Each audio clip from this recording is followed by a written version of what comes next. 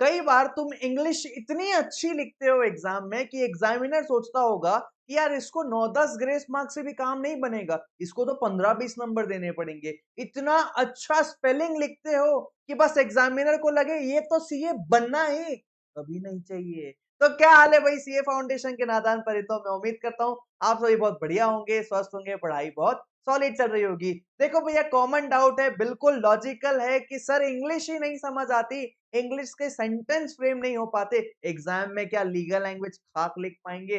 बिल्कुल सही है, लॉजिकल भी है, इसलिए आया हूं आप लोगों की हेल्प करने। तो इस वीडियो में मैं आप लोगों को गाइड कर दूंगा कि इंग्लिश अगर कमजोर है ना तो कैसे आंसर को फ्रेम करना चाहिए। इंग्लिश नहीं हो रही है, ग्रामर नहीं हो पा रहा है, सर राइटिंग में स्पेलिंग मिस्टेक हो रही है, तो कैसे क्या फॉलो करें, क्या मेथड अपनाएं या क्या तरीका रखे अपने पढ़ने का जो आपका इंग्लिश से ये प्रॉब्लम ना खत्म हो जाए। देखो मैं तुमको आगे बढ़ने से पहले ये जरूर बता दूं कि बिजनेस लॉ का fast track sorry free question bank और तुम्हारा व्हाट्सएप ग्रुप नीचे डिस्क्रिप्शन में लिंक है, जाके ज्वाइन कर लेना। सितंबर का व्हाट्सएप ग्रुप जरूर ज्वाइन कर लेना, मैं यहाँ डेली टारगेट्स देता हूँ, तुम्हारी लॉ की जिम्मेदारी मैंने है ली तुम्हारी। अच्छा, फुल्ली अपडेटेड क्वेश्चन बैंक तुम्हारा टेलीग्राम ग्रुप में जरूर डाउनलोड कर लेना, सॉल्व करना स्टार्ट करो, it will help you a lot.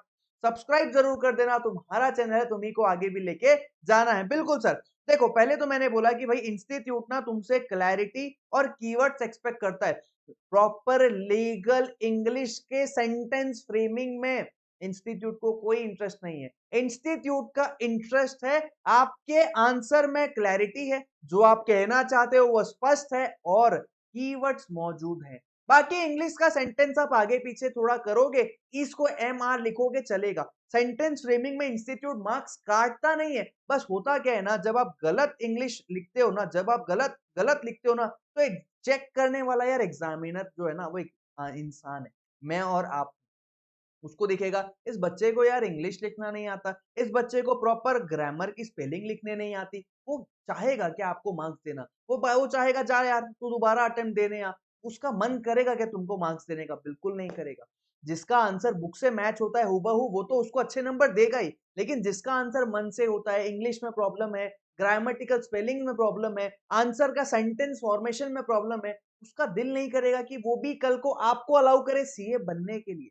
बात समझ रहे हो क्या? इसलिए इससे ना गलत जजमेंट आता है जब आप गलत इंग्लिश लिख के आते हो, गलत सेंटेंस फ्रेमिंग करके आते हो। इसलिए मैं आपको कहता हूं ये आपका दूसरा शॉर्टकट तरीका है कि आप ना छोटे सेंटेंसेस फ्रेम करना एग्जाम में, आप बड़े सेंटेंस फ्रेम मत करो। जहां आप बड़े सेंटेंस फ्रेम करोगे ना आपसे वहां इंग्लिश में प्रॉब्लम जरूर आएगी, सेंटेंस फ्रेमिंग गलत जरूर होगा। सर एग्जाम्पल दीजिए, तो एग्जाम्पल देखो, ये एक सेंटेंस है जो बुक से मैंने लिया है, bailment is the delivery of goods by one person to another for some purpose under the contract they shall be return once the purpose is fulfilled. ये मैंने बेलमेंट का एग्जांपल लिया, इसी को आप एग्जाम में लिखो, bailment is a contract which means delivery of goods. Simple English follow, simple English, जबरदस्ती फैंसी लैंग्वेज यूज नहीं करना है, सिंपल इंग्लिश रखना है। हमारा कीवर्ड तो आया ना, कॉन्ट्रैक्ट है, डिलीवरी ऑफ गुड्स होना चाहिए, बिल्कुल कॉन्ट्रैक्ट है, डिलीवरी ऑफ गुड्स होना चाहिए। फिर बोल रहा है कि it is done for specific purpose and goods are return after the purpose is over. यहाँ पे भी ऊपर वही चीज लिखी है कि पर्पस के लिए दिया जाता है,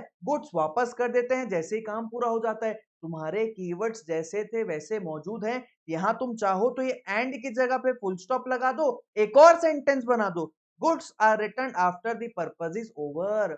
अरे इंग्लिश में प्रॉब्लम है ना तो सेंटेंस लंबे मत करो, गलती होने के चांसेस ज्यादा रहेंगे।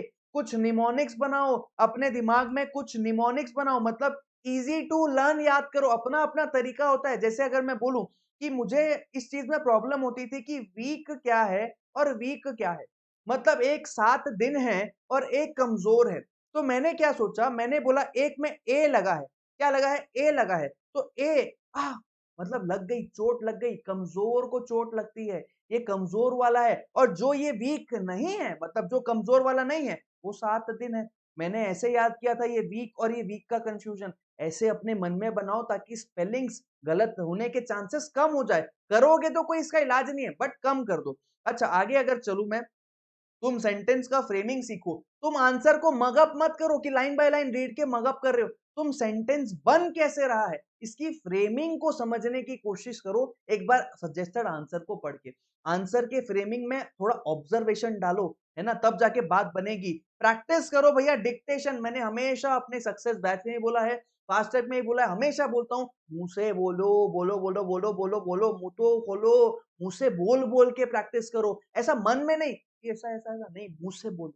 जब तुम बोलते हो तो इंग्लिश की सराउंडिंग तुम क्रिएट करते हो, क्योंकि ना तुम्हारे दोस्त इंग्लिश बोलते, ना तुम व्हाट्सएप में इंग्लिश में बात करते, ना तुम्हारी सराउंडिंग इंग्लिश की है, तो इंग्लिश मुंह से निकलेगा नहीं तो हाथ चलेगा कैसे इंग्लिश में। इसलिए मुंह से बोलो, सेंटेंस की फ्रेमिंग मुंह से करो, है ना, ये बहुत हेल्प करेगा तुमको। और लास्ट पॉइंट मैं जरूर बोलूंगा कि भैया तुम एटलीस्ट 2 आंसर लिख के देखना करो, 2 आंसर हमेशा लिखो और थोड़ा हार्ड वर्क कर लो। इंग्लिश सीखने के पीछे थोड़ा हार्ड वर्क, थोड़ी मेहनत कर लो, क्योंकि अभी फाउंडेशन में हो, बाद में इंटर में जाओगे, बाद में फाइनल में जाओगे, अल्टीमेटली बहुत काम आएगा। तुम्हारी पूरी करियर में एक बहुत बड़ा पार्ट है इंग्लिश का। जैसे बोलते हैं ना, क्या एआई सीए को रिप्लेस कर देगा? नहीं। जो इंसान एआई जानता है, वो इंसान, जो इंसान एआई नहीं जानता, उसको रिप्लेस कर देगा।